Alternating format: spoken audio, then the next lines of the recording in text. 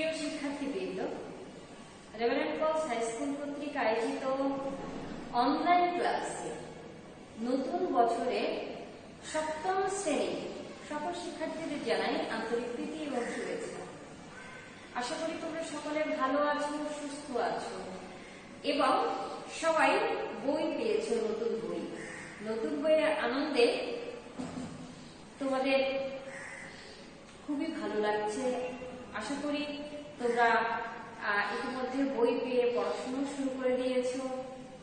তো আমরা নতুন বছরে নতুন করে তোমাদের সাথে অনলাইন ক্লাসে আবার যুক্ত হলাম। এই কোভিড পরিস্থিতি স্বাভাবিক হওয়া পর্যন্ত আমরা অনলাইন ক্লাস করে যাব, তবে আশা করা যায় খুব দ্রুত এর সমাধান হবে এবং তোমাদের সাথে আমাদের আবার শ্রেণীকক্ষে খুব শীঘ্রই দেখা হবে। তো শিক্ষার্থীবৃন্দ, এসো আমরা এখন সপ্তম শ্রেণীর গণিত বইটার একদম প্রথম অধ্যায়, যেটা আমাদের প্রথম অধ্যায়ে আছে মূলদ এবং অমূলদ সংখ্যা। তো আমরা জানি যে ষষ্ঠ শ্রেণীতে তোমরা মূলদ এবং অমূলদ সংখ্যা সম্পর্কে কিছুটা ধারণা পেয়েছো, বিশেষ করে মূলদ সংখ্যা। এই সপ্তম শ্রেণীতে প্রথম অধ্যায়ে তোমাদের মূলত অমূলদ সংখ্যা নিয়েই আলোচনা করা হবে। তো অমূলদ সংখ্যাটা কি আমি একটু বলি তোমাদের, যে সংখ্যা জগতে এমন কিছু সংখ্যা আছে যেগুলো দুইটি পূর্ণ সংখ্যার অনুপাতে প্রকাশ করা যায় না। এই সংখ্যাগুলোকে বলা হয় অমূলদ সংখ্যা। এই অধ্যায়ে মূলত আমরা অমূলদ সংখ্যা সাথে পরিচিত হব এবং এই বিষয়ে আমাদের আলোচনা। তো আসা যাক যে এখন আমরা জানবো যে বর্গ এবং বর্গমূল কাকে বলে। তো আমাদের বর্গ এবং বর্গমূল সম্পর্কে ধারণা তোমাদের হালকা পাতলা আছে। আমরা জ্যামিতিতেও আমরা বর্গ কথাটা শুনেছি। বর্গ কি? বর্গ হচ্ছে চার বাহু, সমান চারটি বাহু দ্বারা আবদ্ধ একটা ক্ষেত্র হচ্ছে বর্গ, যার বাহুগুলো হচ্ছে সমান। এই যে চিত্রটা সেটাই হচ্ছে আমরা বর্গ হিসেবে চিনি।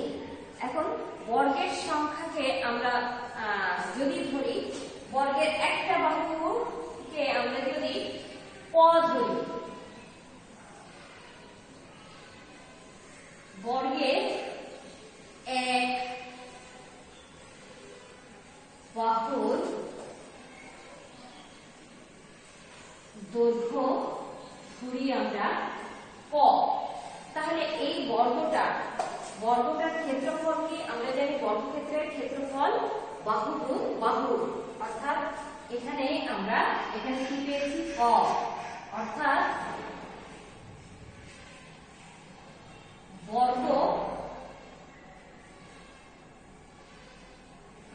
বর্গ ক্ষেত্রের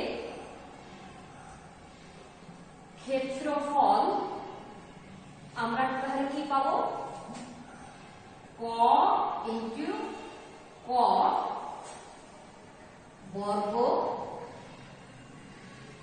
একক, তাই না? বা আমরা লিখতে পারি ক স্কয়ার বর্গ একক। তাহলে আমরা একটা চিত্রের দিকে খেয়াল করি, যে তোমাদের বইতেই দেখো একটা চিত্র দেওয়া আছে। এখানে একটা বক্সে কতগুলো মার্বেল সাজানো আছে। মার্বেল গুলো প্রথম একটা সারিতে আছে, তিনটে করে সারি এবং তিনটে করে রো আছে। তার মানে মার্বেলের সংখ্যা প্রতি সারিতে হচ্ছে 3টা, আর সারির সংখ্যা কয়টা? সারির সংখ্যা 3টা। তাহলে এক্ষেত্রে মার্বেল গুলো কি? কয়টা মার্বেল আছে? একটা মার্বেল, দুইটা মার্বেল, তিনটা মার্বেল, 3টা সারিতে সাজানো আছে। তাহলে 3টে সারিতে মোট মার্বেলের সংখ্যা হচ্ছে এইগুলো হচ্ছে এই 3 গুণ 3 সমান সমান 9। তার মানে এই 9 হচ্ছে বর্গ। তাহলে এই 9 হচ্ছে বর্গ, অর্থাৎ 9টা মার্বেলকে বর্গাকারে সাজানো আছে। তাহলে এই যে 9টা মার্বেল, এর বর্গমূল হচ্ছে কত? 3। এর বর্গমূল হচ্ছে 3। তাহলে আমরা কি বলতে পারি? আমরা বলতে পারি যে কোন সংখ্যাকে সেই সংখ্যা দ্বারা গুণ করলে যে সংখ্যাটা পাওয়া যায় সেটাই হচ্ছে বর্গ সংখ্যা। আর সেই সংখ্যাটাকে, মূল সংখ্যাটাকে আমরা বলতে পারি বর্গমূল। তাহলে এখানে আমরা কি পেয়েছি? 3 কে গুণ করেছি কত দ্বারা? 3 দ্বারা। আমরা পেলাম কত? 9।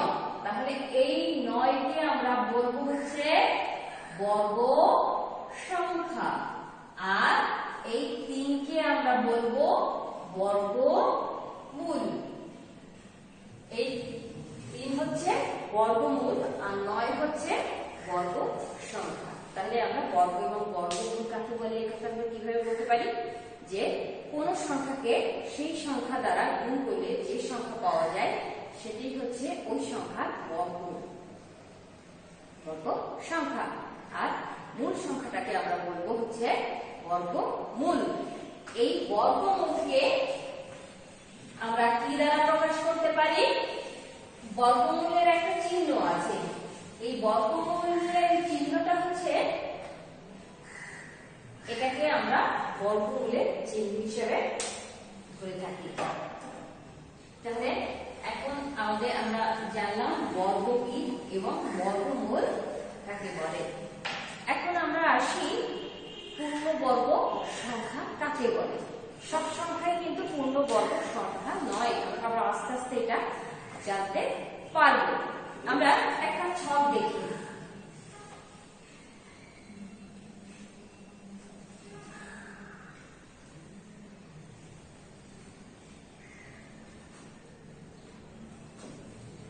বর্গের বাহুর দৈর্ঘ্য, বর্গের বাহুর দৈর্ঘ্য, এটা কিসে আমরা মিটারে দেব। আর বর্গের ক্ষেত্রফল, বর্গের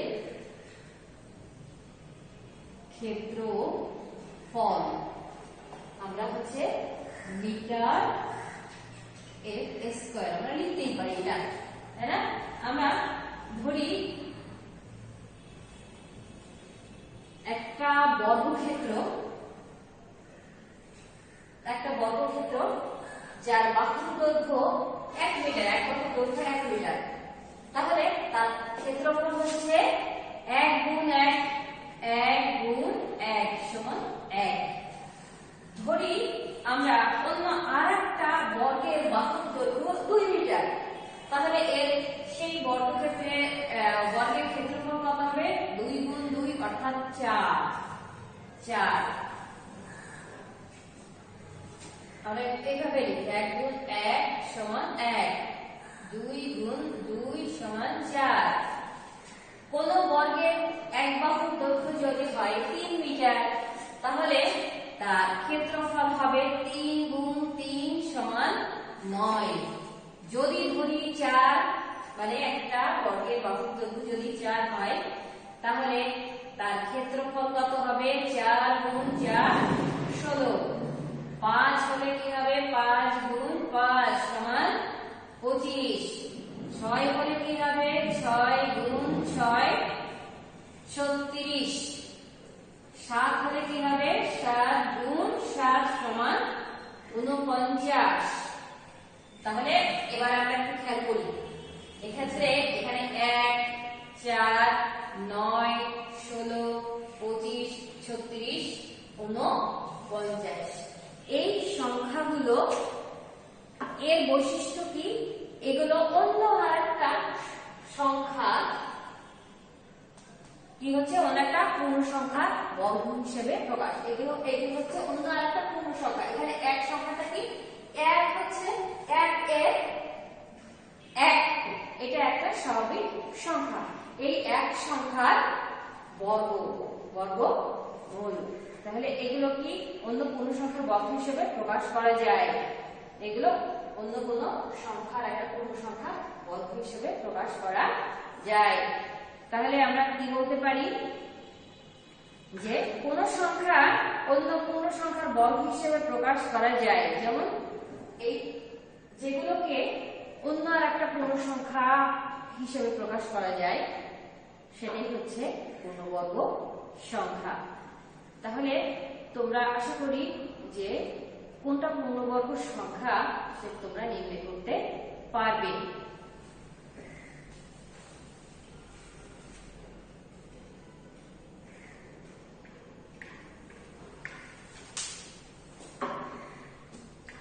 তাহলে আমরা এই পর্যন্ত আজকের ক্লাস আমরা শেষ করব। পরবর্তী ক্লাসে কিভাবে আমরা বর্গমূল নির্ণয় করতে হয় এগুলো আমরা শিখব। এই পর্যন্ত তোমরা ভালো করে পড়বে। তোমাদের পাঠ্য বইয়ে অর্থাৎ প্রথম অধ্যায়ে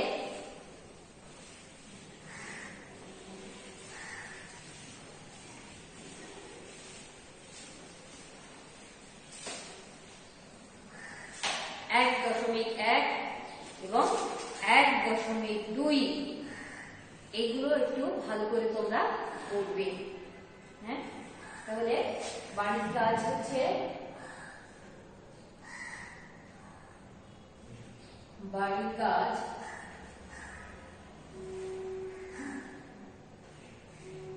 1.1 ও 1.2 ভালো করে পড়বে।